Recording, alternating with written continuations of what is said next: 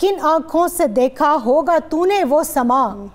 ہائے کن آنکھوں سے دیکھا ہوگا تو نے وہ سما، لٹ رہا تھا جب تیرا گھر بار زین العابدین، اور تیرا ایک بے باک خطبہ سن کے شامی رو پڑے، تیرا ایک بے باک خطبہ سن کے شامی رو پڑے، ہل گیا تھا ظلم کا دربار زین العابدین، اور ذات تیری سے ہے جاری سلسلہ اہل بیت، ذات تیری سے ہے جاری سلسلہ اہل بیت، تو ہے سب سادات کا سردار زین العابدین، اور تو امام ابن امام، تو امام ابن امام، ابن امام دو جہاں صلی اللہ علیہ وآلہ وسلم، خضر بھی تیرا ہے خدمتگار زین العابدین۔ ہم سب ان کے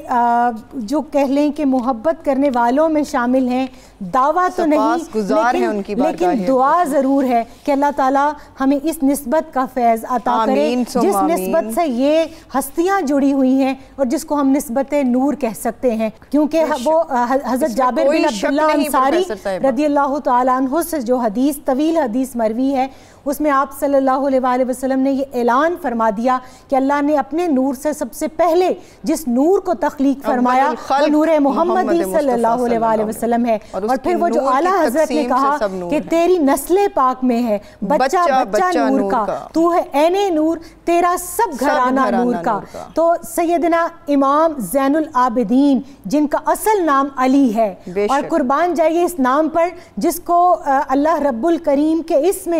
علی سے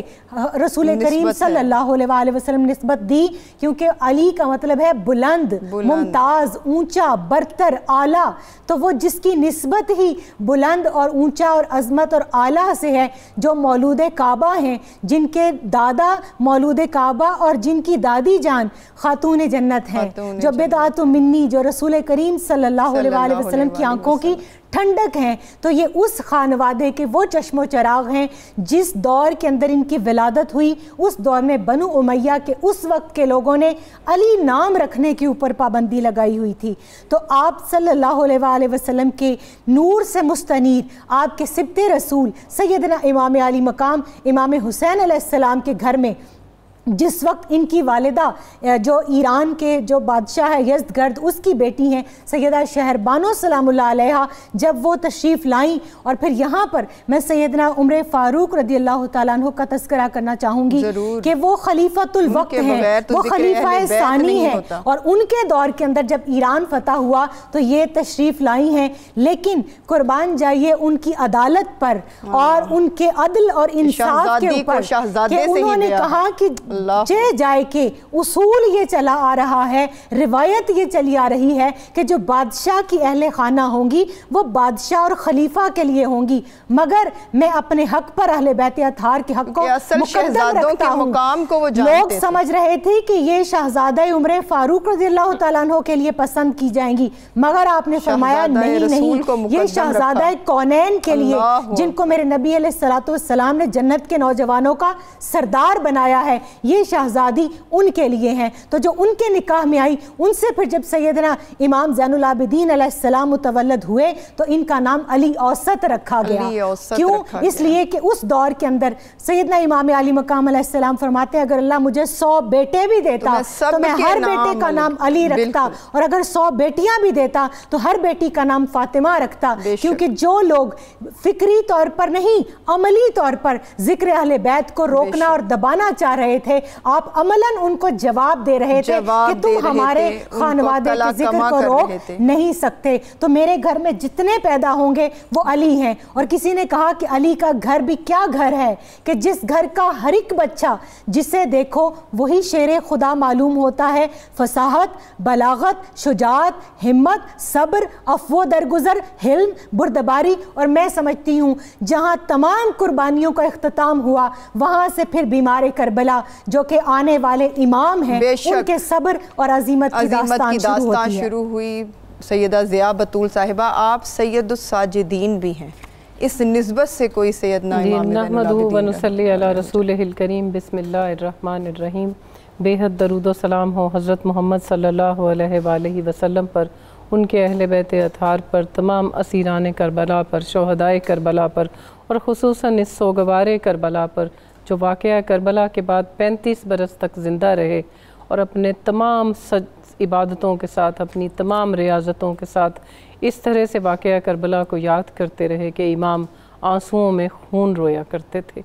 امام زین العابدین سید سجاد جو کہ واقعہ کربلا کے بعد 35 برس زندہ رہے، ان کی زندگی ان کے نسب کے بارے میں تو ابھی میری بہن نورید جو ہیں وہ ذکر کر رہی تھی کہ وہ ان کا نسب عالی نسب تھا، اور یہ اپنی ننیال کی طرف سے بھی نوشیروان عادل چونکہ ایران کے بادشاہ کے خاندان سے تھے، ان کی والدہ شاہزادی تھیں جناب شہر بانو، اور ان کے دادا حیدر کرار تھے، ان کے جو بابا ہیں وہ امام حسین علیہ السلام تھے، اس لیے ان کا ایک لقب ہے ابن الخیارتین، یعنی ان کو کہا جاتا ہے کہ بہترین قبائل کا بیٹا، دو بہترین قبائل کا بیٹا۔ اور پھر ایک ان کا ایک اور لقب ہے جس سے ان کی شخصیت واضح ہو جاتی ہے کہ جب واقعہ کربلا کے بعد ایک دفعہ عمر بن عبدالعزیز مدینہ میں آئے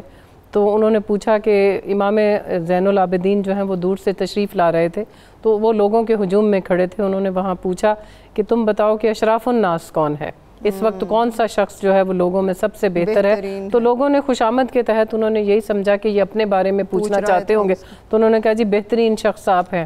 جب دوبارہ کہا کہ نہیں بہترین شخص میں نہیں ہوں، بتاؤ بہترین شخص کون ہے، کون اشراف الناس ہے، تو انہوں نے سوچا کہ شاید یہ اب خلیفہ کا نام لینا چاہتے ہوں گے، تو جب انہوں نے خلیفہ کا نام لیا تو انہوں نے کہا نہیں، اور پیچھے مڑ کے امام زین العابدین کی طرف اشارہ کر کے کہا کہ اشراف الناس وہ ہے، ہم سب میں سے سب سے بہتر جو ہے وہ امام زین العابدین ہے۔ تو آپ یہ دیکھیں کہ آپ کی شخصیت ایسی تھی، آپ کی شخصیت کو اگر ہم،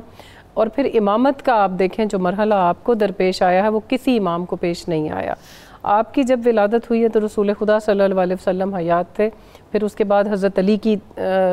بھی حیات طیبہ ان کو ملی ہے، اس کے بعد امام حسن مجتبیٰ کی حیات طیبہ میں دیے تھے، اور پھر امام حسین علیہ السلام کی گود کے پروردہ تھے، تو ان کو 4 ائمہ جو تھے ان کی سب کی صحبت ان کو میسر آئی تھی۔ تو اب آپ یہ دیکھیں کہ لیکن ان کی خود کی امامت جو ہے وہ کس مشکل مرحلے میں شروع ہوتی ہے کہ امام حسین علیہ السلام کی شہادت کے بعد جب یہ غشی کے عالم میں تھے شام غریبہ میں،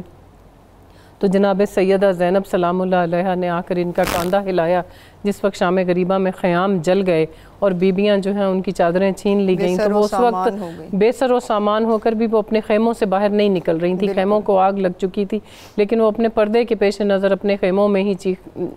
گریہ وزاری میں مصروف تھیں۔ تو بی بی زینب نے ان کا کاندھا ہلا کر کہا کہ اے میرے بیٹے سید سجاد اٹھو، اس لیے کہ وقت کے امام تم ہو، ہمارے لیے کیا حکم ہے کہ ہم خیموں میں جل کر مر جائیں یا اپنی جان بچانے کے لیے باہر نکلیں؟ تو جو پہلا حکم بطور امام آپ نے نافذ کیا ہے، آپ نے کہا کہ نہیں پھوپھی اماں جان کا بچانا واجب ہے، اس لیے آپ خیموں سے باہر نکل جائیں۔ تو یہ پہلا مرحلہ تھا، یہ پہلا امامت کا حکم تھا جو آپ نے دیکھا، اور جو پہلا منظر آپ نے دیکھا ہے وہ کیا ہے کہ جس وقت آسمان سے بھی ندا بلند ہوئی، امام حسین علیہ السلام کی شہادت ہوئی ہے، زمین میں زلزلہ آیا ہے اور زمین و آسمان میں گریہ کی آوازیں بلند ہوئیں، اور ہاتف نے ندا دی ہے اس وقت کہ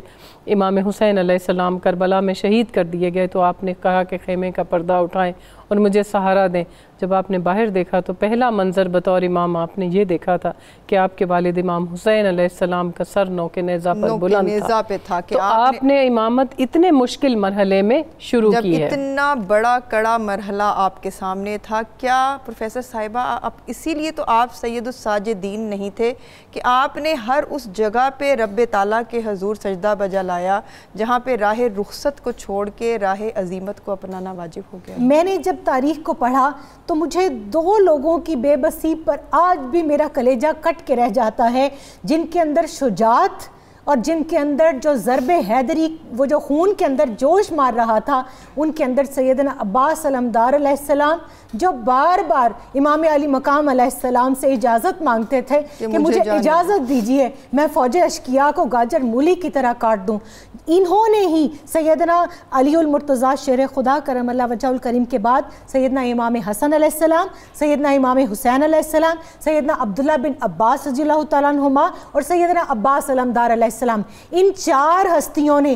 ان کو فن حرب بھی سکھائے تھے اور ان کو دین کے علوم بھی سکھائے تھے۔ کیسی مجبوری اب آپ دیکھیے کہ جن کے اندر خون حیدری جوشے مار رہا ہے، راریت ہو، وسطیت ہو، بالکل، اور جو اسد اللہ کے فیض سے فیضیاب ہیں وہ بار بار اپنے بابا جان کو کہتے ہیں بابا جان مجھے اجازت دیجئے، میں آپ کے اوپر اپنے نانا کے دین پر قربان ہونا چاہتا ہوں۔ اور اگر اجازت مل جاتی تو ان سے کچھ کم نہ کرتے۔ بالکل ایسا ہی ہے۔ اور یہ دیکھیے میں تو یہ سمجھتی ہوں ان کا خطبہ جو آپ نے کوفہ کی مسجد کے اندر ارشاد فرمایا، اس میں جو آپ نے صرف ایک آپ کی للکار حیدری ہے، اسی سے یزید کانپ گیا، اور اس کی جو سلطنت تھی جو وہ اتنے سالوں سے ظلم و ستم کرتا آ رہا تھا، اور آگے بھی اس نے جو کیے وہ آپ نے اپنے ایک خطبے کے ایک جملے سے ہلا کر رکھ دی۔ جب نماز کے اندر، اذان کے اندر پہلے تو آپ نے اجازت مانگی کہ مجھے اجازت دی جائے، اس نے اجازت نہیں دی، پھر اس کے بعد جب آپ نے اصرار کیا اور آپ کو خطبے کی اجازت دی ہی گئی، بلکہ جب انہوں نے خطبے میں حجو کی تو پھر آپ نے دوبارہ ان کو آپ نے جواب دیا۔ اپنا جب تعارف کروایا تو جب آپ انا فرماتے مجمع جو ہے وہ اتنا اشکبار ہوتا کہ ان کی چیخیں بلند ہو جاتی۔ اور اس کے بعد جب آپ کے اس جو ہے جب آپ نے اپنے خاندانی نسب کو بیان فرمایا، اپنے فضائل و مناقب کو بیان فرمایا، بلکہ میں کہتی ہوں اپنا خاندانی نسب کا تعارف کروایا، تو اس وقت وہ اتنا گھبرا گیا کہ اس نے مؤذن کو اشارہ کر دیا کہ اٹھو کھڑے ہو۔ اور جب نماز کی اذان کے اندر آپ کے نانا جان کا نام بلند ہوا تو آپ نے پوچھا اے بدبخت، اے جھوٹے اور مکار، بتا کیا یہ تیرے نانا کا نام ہے یا میرے نانا کا نام ہے؟ تو آپ کے اس خطبہ حیدری کی ایک للکار نے یزید کے تمام جو جس کو کہہ سکتے ہیں کہ اس نے جو امپائر کھڑی کی تھی اس کو زمین بوس کر کے رکھ دیا۔ جب نعرہ حق بلند کرتے ہیں تو یزیدی ایوانوں کے ستون تھرا جاتے ہیں۔ اس ذکر کو اسی طرح سے جاری رکھیں گے۔ ملتے ہیں ایک مختصر سے بریک کے بعد۔ پروگرام ہے سلام شہدائے کربلا اور میں ہوں آپ کی میزبان عائشہ مبشر۔ سلام یا حسین، سلام یا حسین، سلام یا حسین،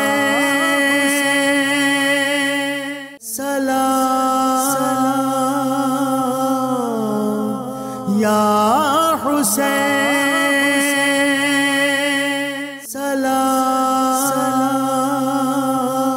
ویلکم بیک ناظرین۔ پروگرام ہے سلام شہدائے کربلا۔ ذکر ہے سید التابعین سیدنا امام زین العابدین علیہ السلام کا۔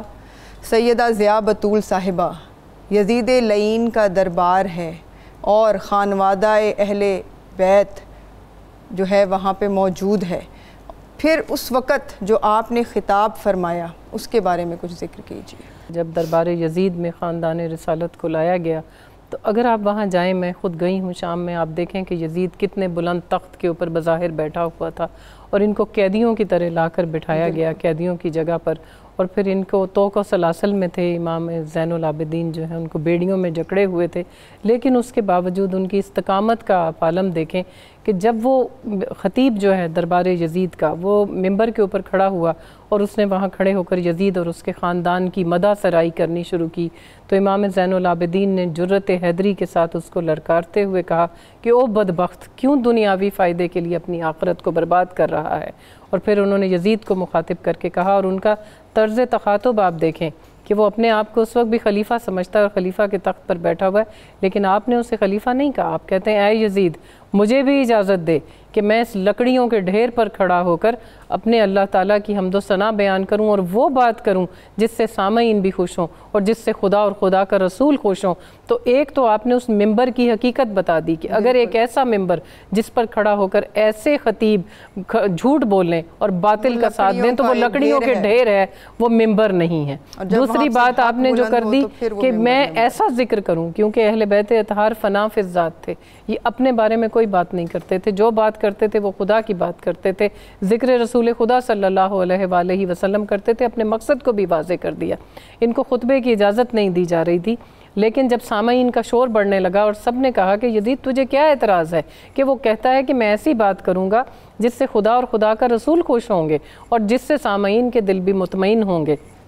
اس کو بات کرنے دے۔ جب آپ خود اس ممبر پر کھڑے ہوئے تو پھر آپ نے اپنی گفتگو کا آغاز اللہ تعالیٰ کی حمد و ثنا سے کیا، اور اس کے بعد کہا کہ میں مکہ اور صفا کا بیٹا ہوں، میں زمزمہ کا بیٹا ہوں۔ اور پھر جب آپ نے مکہ اور منا کے بیٹے کا ذکر کیا، زمزمہ اور صفا کے بیٹے کا ذکر کیا، اس کے ساتھ ہی کہا کہ جعفر طیار جو 2 پروں کے ساتھ جنت میں پرواز کرتے ہیں، میں ان کے نسب سے ہوں، حیدر کرار جو فاتح خیبر تھے، میں ان کے نسب سے ہوں۔ اور پھر کہتے ہیں کہ امام حسین علیہ السلام میں اس نسب سے ہوں جن کو جنت کے جوانوں کے سردار قرار دیا گیا۔ میرا نسب یہ ہے کہ میری والدہ جناب سیدۃ النساء العالمین خاتون محشر بھی ہیں، خاتون جنت بھی ہیں۔ اس طرح سے اپنا جب تعارف کرواتے ہیں تو اس کے بعد کیا کہتے ہیں کہ میں اس کا بیٹا ہوں، پھر اپنے مصائب بھی بیان کرتے ہیں اور حقیقت واقعات کربلا بھی بیان کر رہے ہیں، اس لیے کہ شام کے دربار میں اس وقت تمام سفراء بھی موجود ہیں، تمام ملکوں کے سفیر موجود ہیں۔ ان کو بتانے کے لیے کہتے ہیں میں اس کا بیٹا ہوں جس کو بے جرم و خطا مارا گیا، جس کو بے جرم و خطا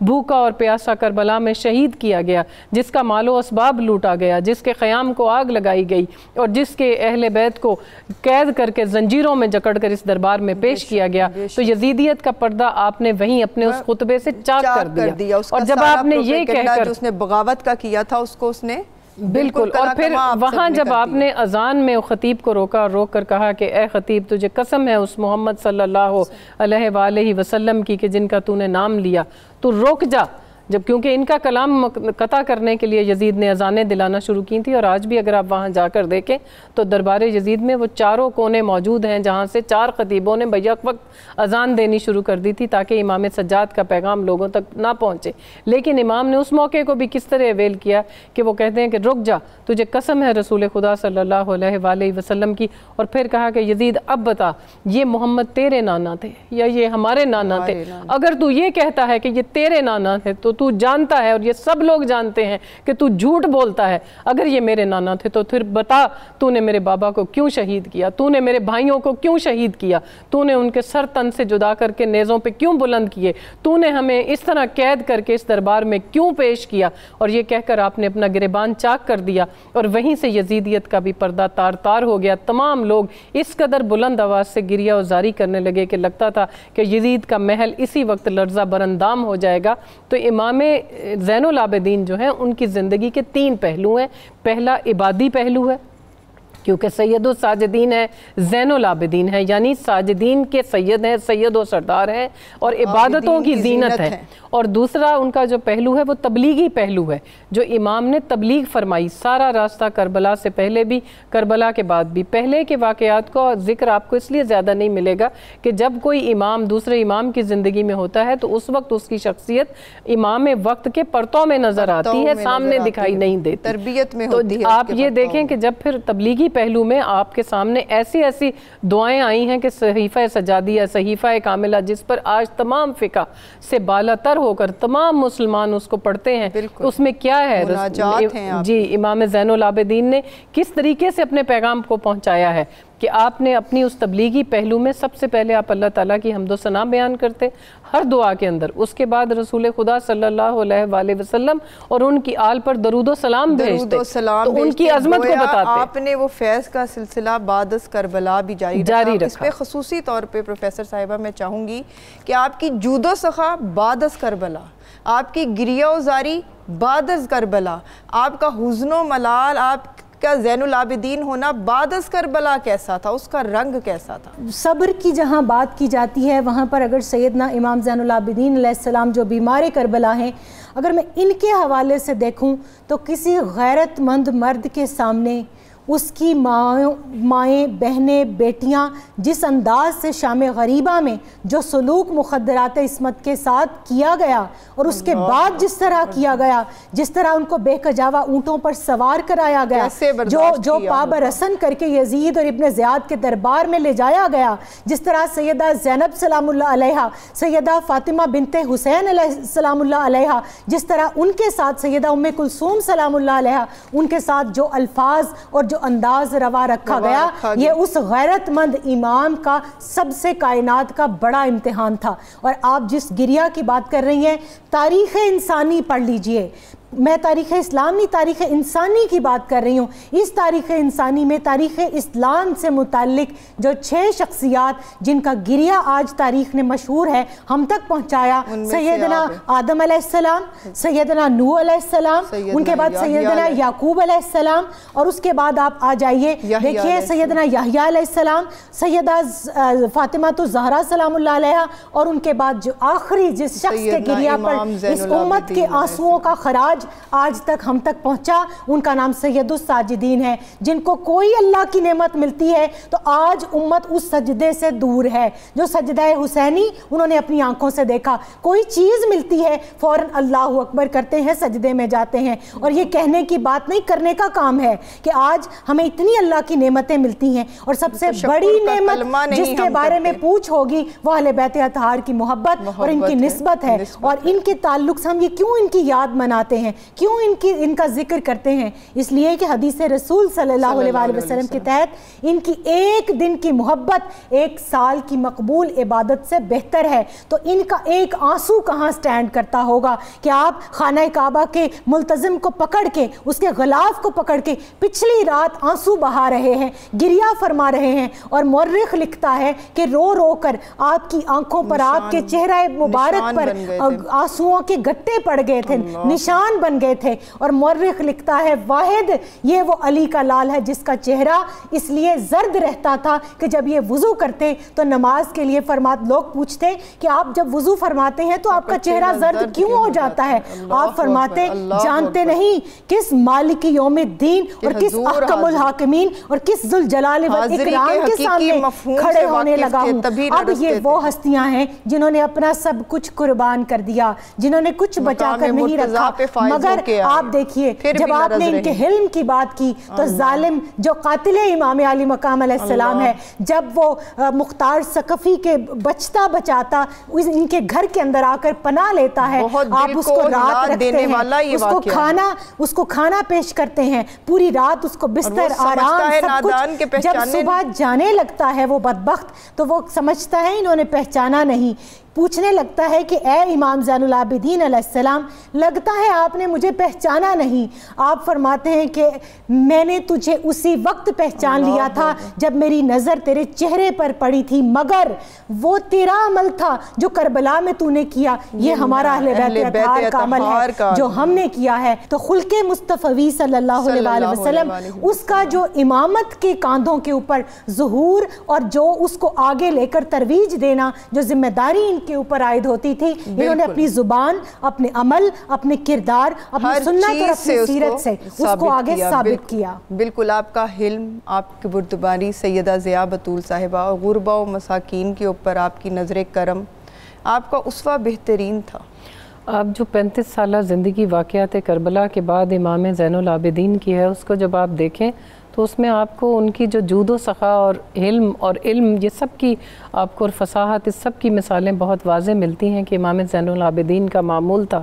کہ وہ رات کے وقت اپنے گھر سے نکلتے چھپ کر، پھر آپ اس گھرانے کی کریمی دیکھیے، اس کی فیاضی دیکھیے کہ چھپا کر دیتے ہیں، ظاہر کر کے نہیں دیتے کہ سائل شرمندہ نہ ہو، مبادہ سائل شرمندہ نہ ہو، کسی کو سوال نہ کرنا پڑے۔ تو آپ یہ دیکھیں کہ راتوں کی تاریکی میں اپنی پشت پر سامان لادے ایک دن جا رہے تھے، راستے میں ایک تابعی ان کی ملاقات ہوئی اور انہوں نے کہا کہ امام آپ کہاں جا رہے ہیں، کہاں سفر کا ارادہ، آپ نے بہت زیادہ سامان پشت پہ اٹھا رکھا ہے، یہ مجھے دے دیجئے۔ تو آپ نے کہا کہ یہ وہ سفر نہیں ہے جس کا سامان میں کسی اور کے حوالے کر سکوں۔ جب اس نے اصرار کیا تو یہ راز کھلا کہ امام وہ یتامہ اور مساکین کو اہل مدینہ میں وہ اس رزق کو، اس اناج کو اور اس اجناس کو تقسیم کرنے کے لیے جا رہے تھے۔ آپ رات کے وقت اپنی پشت پر ان چیزوں کو لادتے اور لاد کر ان کے گھروں تک پہنچاتے۔ پھر یتامہ اور مساکین کے ساتھ آپ کا سلوک اتنا اچھا تھا، اور جب کبھی کسی یتیم کو دیکھتے تو آپ کی آنکھوں میں آنسو آ جاتے اور آپ کہتے تھے کہ مجھے وہ کربلا کے یتیم یاد آتے ہیں، مجھے وہ وقت یاد آتا ہے جب میرے بابا کا سر نو کے نیزہ پہ بلند ہوا۔ اور جو بی بی سکینہ کے ساتھ پھر وہ یاد کرتے تھے کہ مجھے یاد آ جاتی ہے وہ یتیمہ جسے میں شام کے زندان میں چھوڑ آیا ہوں اسی حالت میں۔ اور پھر امام کی گریہ ازاری کا یہ عالم تھا، دکھ ان کے دل میں بدرجہ اتم موجود تھا،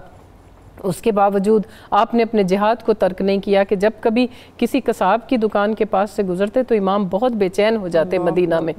سب لوگ یہ کہا کرتے تھے کہ امام زین العابدین کو کسی دوسرے راستے سے لے جاؤ، اس لیے کہ جب قصاب کی دکان پر بکروں کو یا جانوروں کو ذبح ہوا دیکھتے تو ایک دم تڑپ جاتے اور کہتے تھے اس کو پانی پلایا تھا، ذبح سے پہلے اس کو پانی دیا تھا. جب قصاب جواب دیتے کہ جی امام اس کو پانی پلایا تھا تو پھر گریہ ازاری کرتے، آنکھوں سے خون روتے اور کہتے میرے بابا کو تو پانی نہیں دیا، میرے بابا تو پیاسے گئے اس دنیا سے، میرے بھائی تو پیاسے گئے، ہمارے بچے تو خاندان رسالت کے بچے تو یہاں سے پیاسے گئے جو حوض کوثر کے مالک تھے. اور پھر میں نے جو پہلے کہا کہ امام کی زندگی کے 3 پہلو تھے، ایک عبادی، اس پہ بھی ہم نے بات کر لی، ایک تبلیغی، ایک ان کی زندگی کا پہلو جہادی بھی تھا.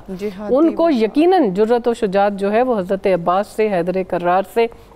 ان سب سے ملی تھی، اور آپ بھی جہاد کر سکتے تھے، لیکن اس وقت مشیت الہی یہی تھی کہ جو سورہ کوثر میں اللہ تعالیٰ نے ارشاد فرمایا تھا کہ بسم اللہ الرحمن الرحیم انا اعطیناک الکوثر، کہ اے میرے حبیب ہم نے آپ کو کوثر عطا کی ہے. اور مفسرین کہتے ہیں کہ کوثر جناب سیدہ فاطمہ زہرا کا لقب تھا. اور پھر آپ کہتے ہیں کہ فصلی لربک ونحر، تو پس آپ اپنے رب کی نماز پڑھیں اور قربانی کے لیے تیار ہو جائیں. تو مفسرین کے مطابق یہ جو ونحر میں قربانی کا ذکر ہے، یہ وہی قربانی ہے جو کربلا میں بی بی کی آل نے پیش کی. اور اس کے نتیجے میں اللہ کیا کرے گا کہ ان نشانیاں کا حول ابتر، کہ بے شک آپ کا دشمن ہی بے نام و نشان ہوگا. تو اللہ تعالیٰ نے خاندان رسول کو، آل رسول کو امام زین العابدین سے زندہ رکھا. یہ مشیت الہی تھی کہ یہ وہ نسب ہے جو قیامت کے دن بھی منقطع نہیں ہوئے گا.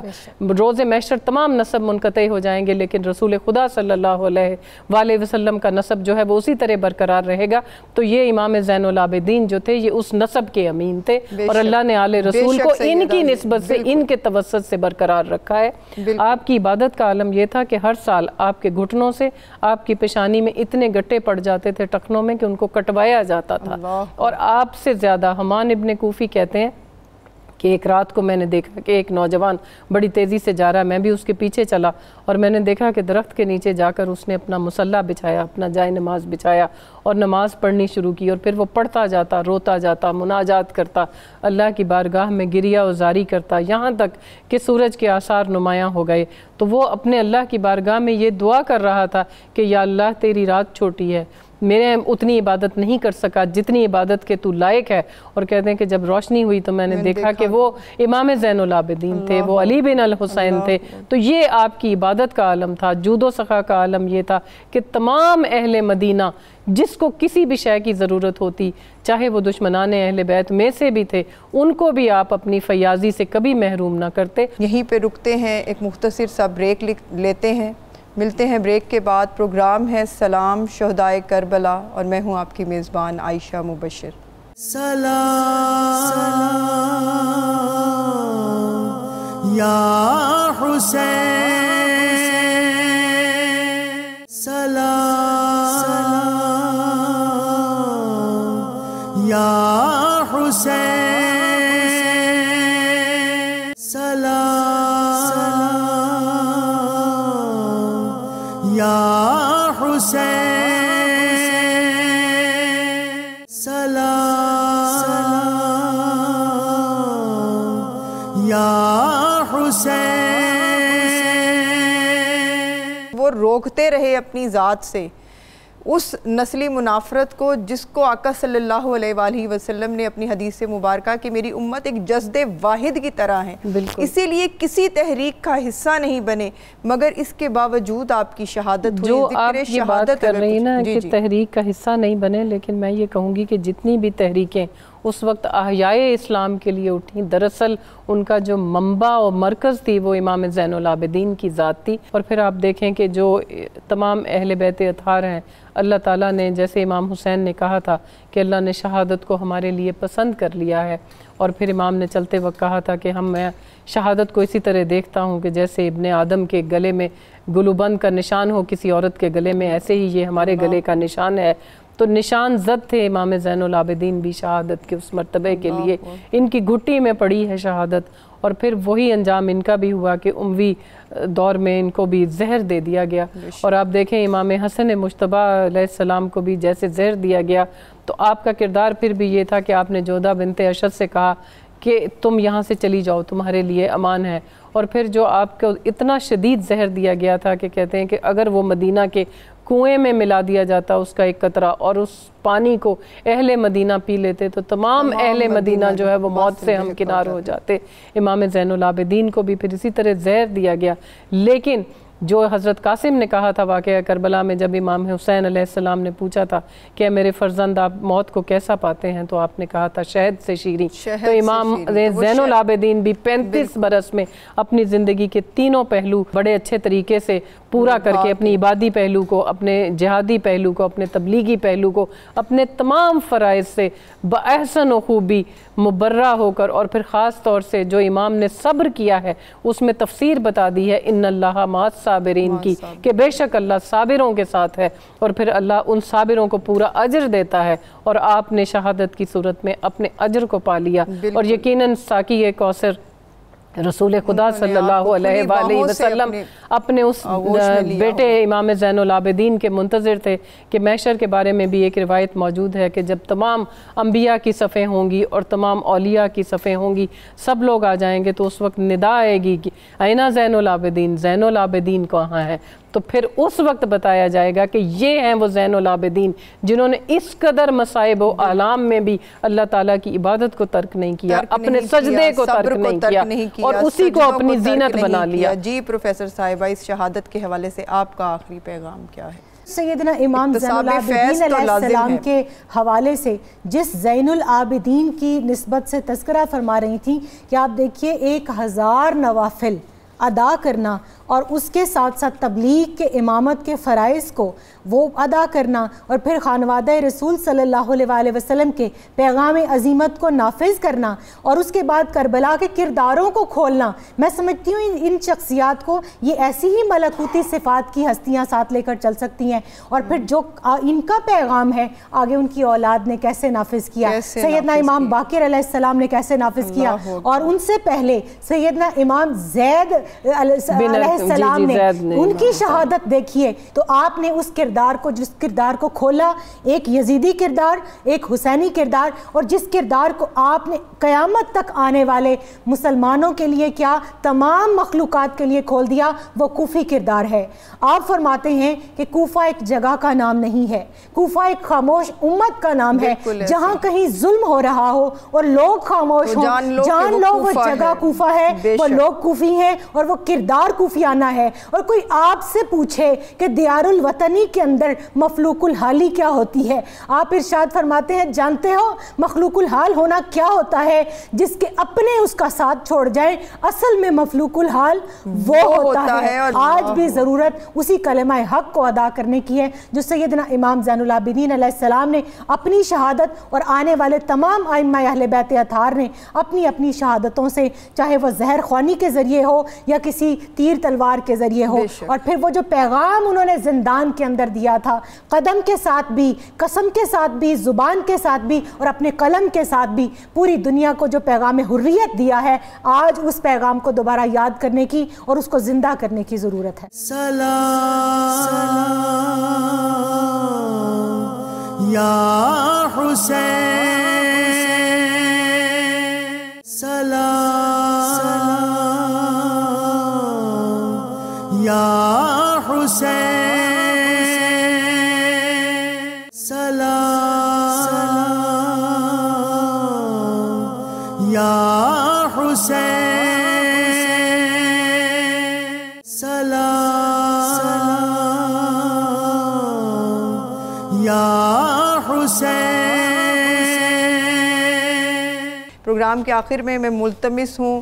محترمہ فیضیاب صدیقی صاحبہ سے کہ آپ سیدنا امام زین العابدین علیہ السلام کی بارگاہ اقدس میں نذرانہ منقبت پیش کریں. مصطفیٰ کی جان کی ہے جان زین العابدین، مصطفیٰ کی جان کی ہے جان زین العابدین،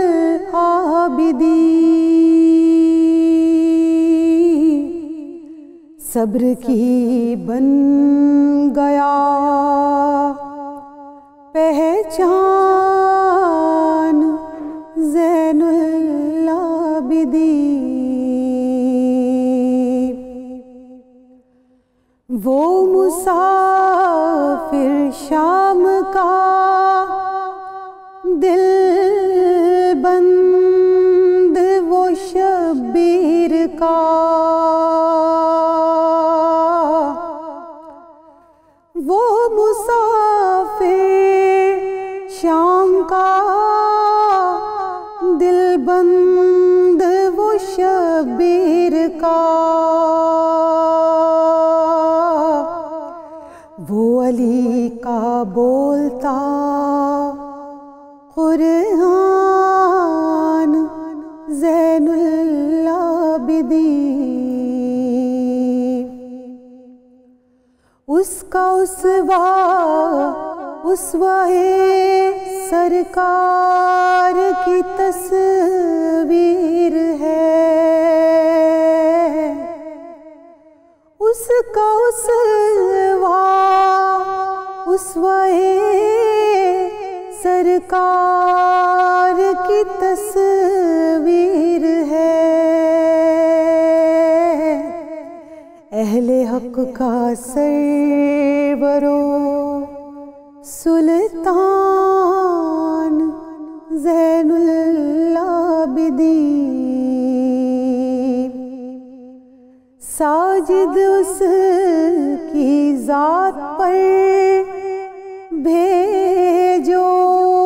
صدا لاکھوں درود، ساجد اس کی ذات پر بھیجو صدا لاکھوں درود، تیری بخشش کا بھی ہے سامان زین العابدین، مصطفیٰ کی جان کی ہے جان زین العابدین، صبر کی ہے بن گیا پہچان زین العابدین۔ سلام یا حسین، سلام یا حسین،